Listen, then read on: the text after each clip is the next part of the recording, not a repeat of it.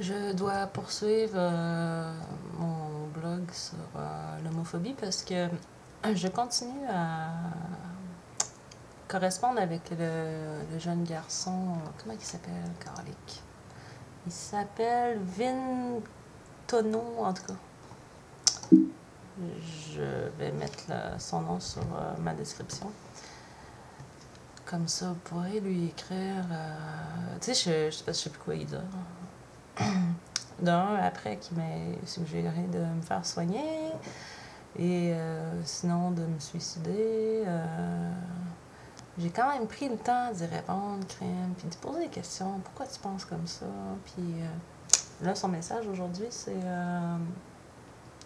que genre, il comprendrait que je sois avec une femme si elle avait l'air d'une bouche. Comme ça, on serait un genre de semblant de couple hétérosexuel. Même quelque chose. Ensuite, tu m'as écrit que l'homosexualité était le cancer de la nativité, du taux de natalité. Je pense que c'est ça que tu voulais dire en fait. Je sais pas si tu parlais en France ou dans le monde entier, mais je sais pas si tu as remarqué que quand même, premièrement, un homosexuel, ça veut pas dire qu'il est stérile. Hein? On en fait nous autres aussi des enfants. Et il va pas me sortir l'argument qu'on fait toutes des tapettes, là, parce que à moins que tu connaisses du monde, là, puis que vraiment tu penses qu'il y a un gros pourcentage de parents homosexuels qui créent des dégénérés, la plupart, je crois, que le même pourcentage en fait que n'importe quel parent dans la société crée des enfants qui sont comme tout le monde, quoi. En tout cas, c'est ça. C'est ça, on n'est pas stérile. Et Chris, t'as pas remarqué qu'on était de plus en plus de monde sur la Terre et qu'il y avait de plus en plus d'homosexuels sur Terre en même temps. Donc, c'est pas un bon argument. Sors-moi autre chose. T'sais. Je serais curieuse de savoir pourquoi t'es allé voir mes blogs, puis pourquoi. Je veux dire, pourquoi tu m'as écrit, puis parce que moi, tu sais, je vois quand même, tu m'écris des courts messages qui sont un peu directs, mais je vois quand même que t'as le goût de discuter du sujet. Alors, voilà. T'as quelqu'un qui va prendre le temps quand même pour toi, pour en discuter. Mais je veux dire, sors-moi des arguments qui se tiennent, là, à moins que tu sois vraiment idiot ou ce que j'ai jamais dit que t'étais. De toute façon, je vais croire que t'es. Si t'énonces un point, justifie-le. Le plus drôle, c'est que la situation s'est retournée. Depuis quelques années, je pense que c'est une minorité qui pense que l'homosexualité, c'est une maladie mentale. Alors donc, moi, je fais plus partie d'une minorité. Toi, oui. Tu te sens-tu à l'aise là-dedans ou ça te dérange?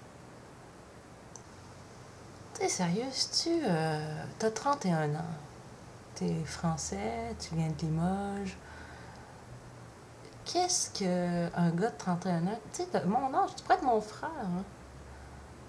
Qu'est-ce que. T'as voté Sarkozy, puis parce que t'es frustré de voir le monde dans lequel tu vis, puis que t'es sûr que ça va changer quelque chose. Tu viens de finir ton service militaire, puis t'es au chômage. Tu vis dans un petit 2,5 minable, puis. Je veux dire, faut donc bien être frustré, sérieux, pour penser comme toi. Puis en même temps, je t'en veux pas. C'est vrai, je t'en veux pas, mais là, je trouve ça bien parce que tu m'as fait réagir sur quelque chose.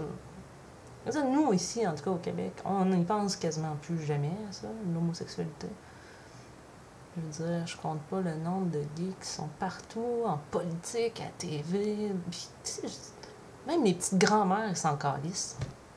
Les petites grand-mères qui ont voté, genre, pour André Boisclair, qui était chef du Parti québécois, ouvertement gay. D'ailleurs, j'espère que, je reviens sur le sujet, mais que la prochaine mairesse, ça va être Agnès Maltais. Agnès Maltais, elle est lesbienne, mais c'est pas pour ça que je l'aime.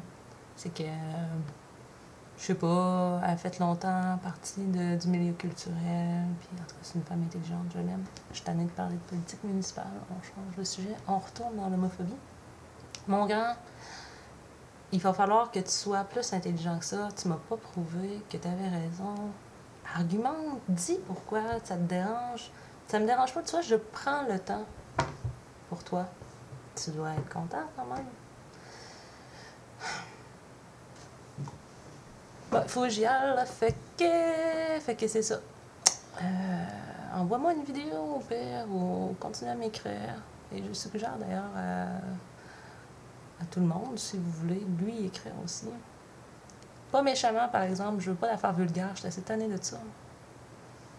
D'accord. Alors, voilà. À bientôt, mon grand.